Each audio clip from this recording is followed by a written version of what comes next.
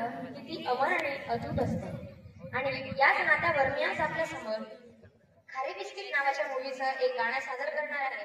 ते आपण शांत चित्ताने ऐकावे माझी नम्र विनंती। जगावं त्या एका व्यक्तीसाठी, त्याच्या आनंदासाठी, तिच्या हसण्यासाठी। ती वेगळी असते प्रत्येकासाठी, तिच्या सोबतच्या नात्याचं नाव असतं वेगळं प्रत्येकासाठी। कधी प्रियसी, कधी प्रियकर, कधी नवरा, कधी बायको, कधी भाऊ, कधी बाबा, कधी आई तर कधी ताई, भावना मात्र एकच।